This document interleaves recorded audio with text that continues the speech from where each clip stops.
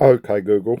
If Christianity was true and the Bible was true and Satan was the ruler of this world until Jesus Christ returns, what kind of attacks on Christianity might we expect? Would the world look like it does today?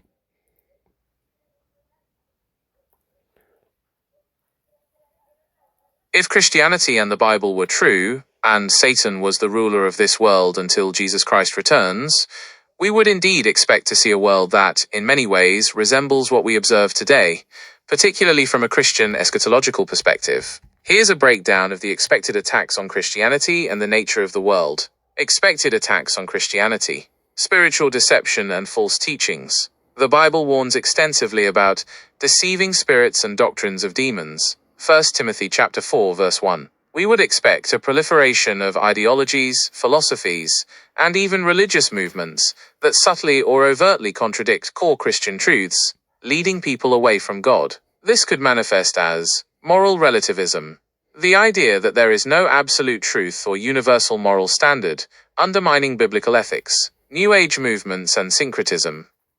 Blending different religious beliefs and practices, often diluting the unique claims of Christ. Humanism and secularism. Promoting a worldview where humanity is the ultimate authority and religion is irrelevant or harmful. False prophets and teachers. Individuals claiming spiritual authority but teaching doctrines contrary to the Bible. Persecution of believers.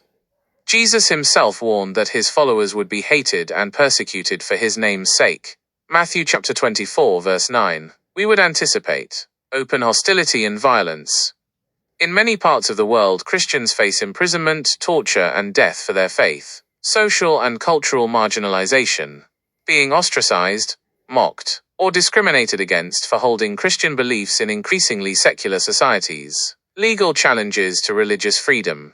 Laws or policies that restrict the ability of Christians to practice their faith freely in public life. Internal division and apostasy. Satan's strategy often involves dividing and conquering. We might expect divisions within the church, disagreements over doctrine, practices, or social issues leading to schisms, apostasy, falling away from faith, individuals or even entire denominations abandoning fundamental Christian beliefs, lukewarmness and spiritual apathy, Christians becoming complacent, losing their passion for God and his mission, attacks on traditional family and moral structures.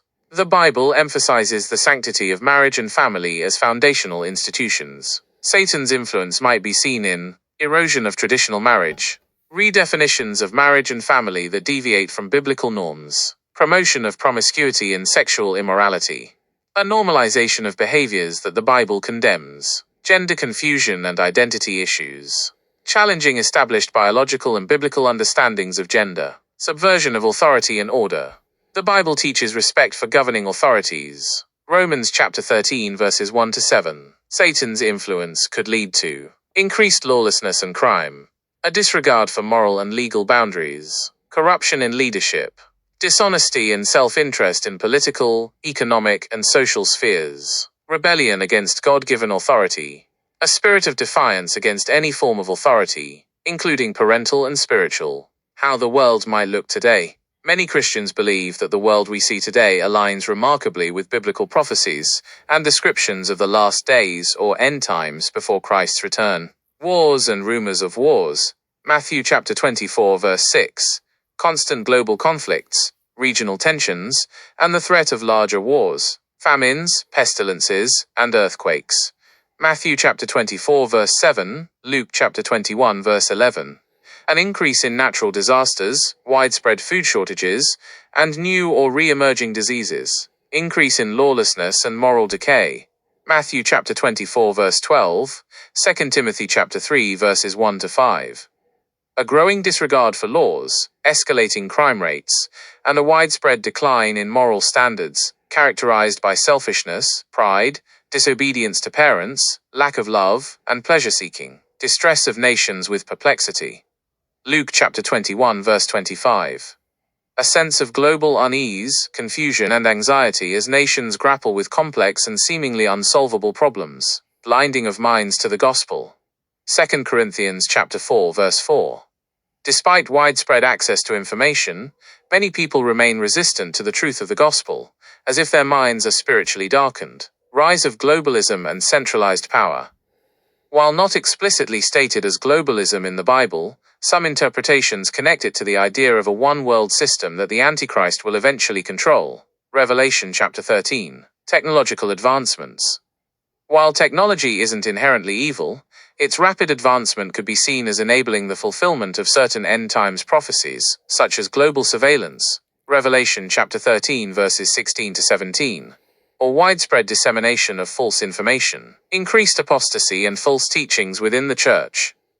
As mentioned above, the rise of movements that deviate from biblical orthodoxy, as well as a general spiritual apathy among some professing Christians. In essence, a Christian worldview that takes the Bible and Satan's role seriously would view the current state of the world not as a coincidence, but as a fulfillment of prophecies, demonstrating the ongoing spiritual battle and the escalating influence of evil before Christ's ultimate triumph. This perspective often leads to a sense of urgency for evangelism and living a life of holiness, anticipating the Lord's return.